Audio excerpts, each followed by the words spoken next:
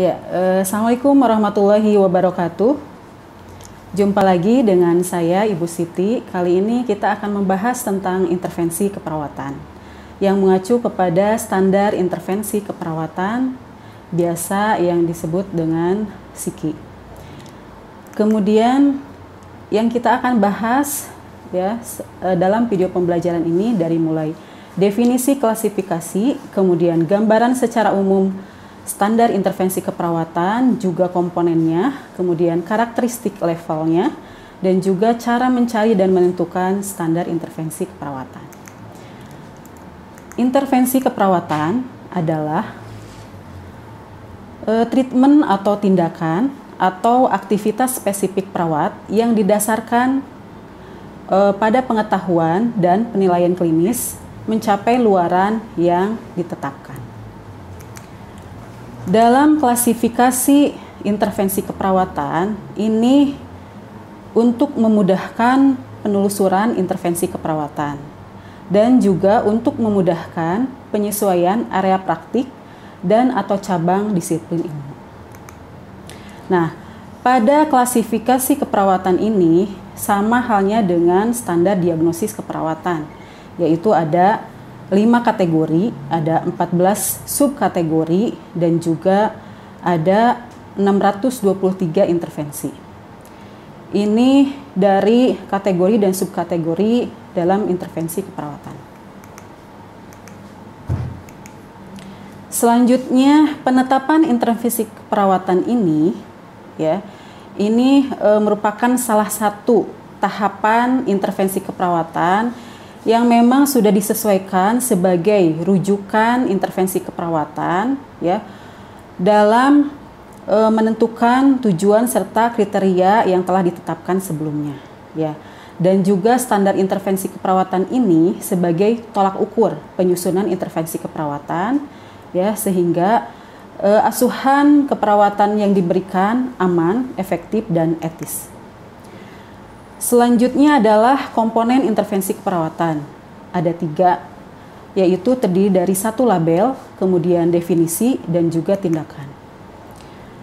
Komponen intervensi keperawatan yang nomor 1 adalah label.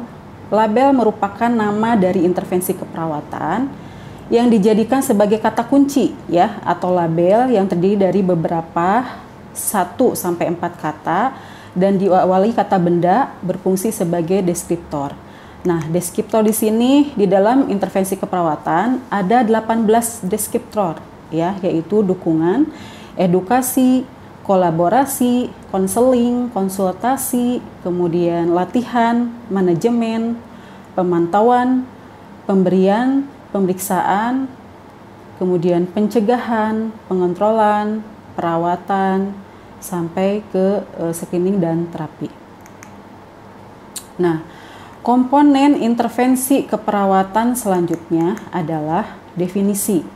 Definisi merupakan makna dari label intervensi keperawatan yang diawali dengan kata kerja berupa perilaku yang dilakukan oleh perawat, bukan perilaku pasien.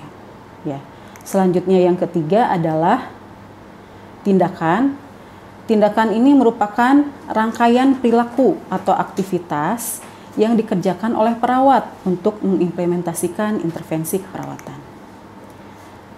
Di dalam tindakan ini ada 4 di dalam standar intervensi keperawatan, yaitu tindakan observasi, tindakan terapeutik, tindakan edukasi, dan juga kolaborasi.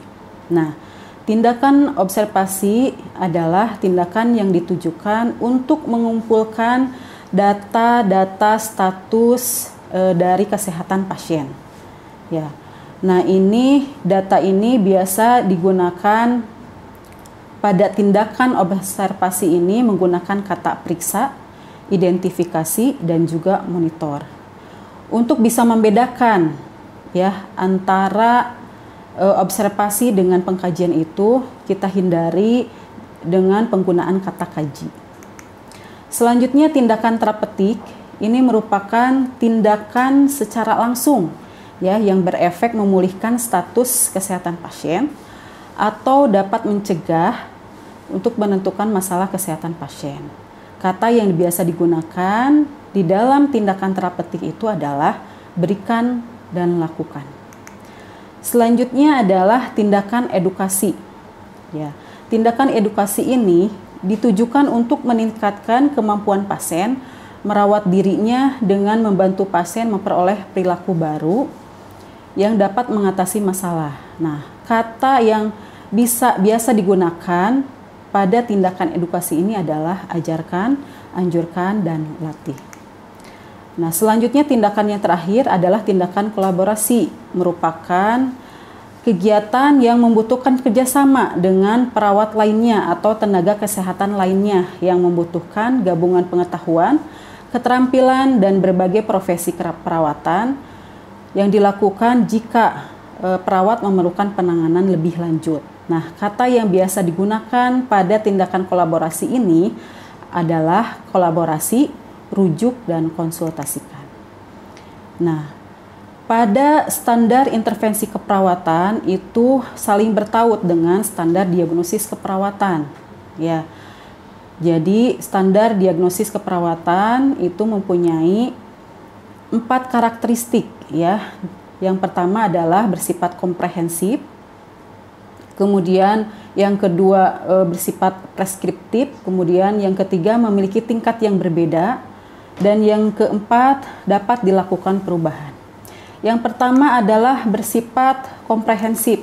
Jadi artinya bersifat komprehensif ini adalah diagnosis keperawatan itu saling bertaut ya dengan intervensi keperawatan. Jadi contohnya, satu diagnosis keperawatan itu membutuhkan 3 atau 4 intervensi keperawatan.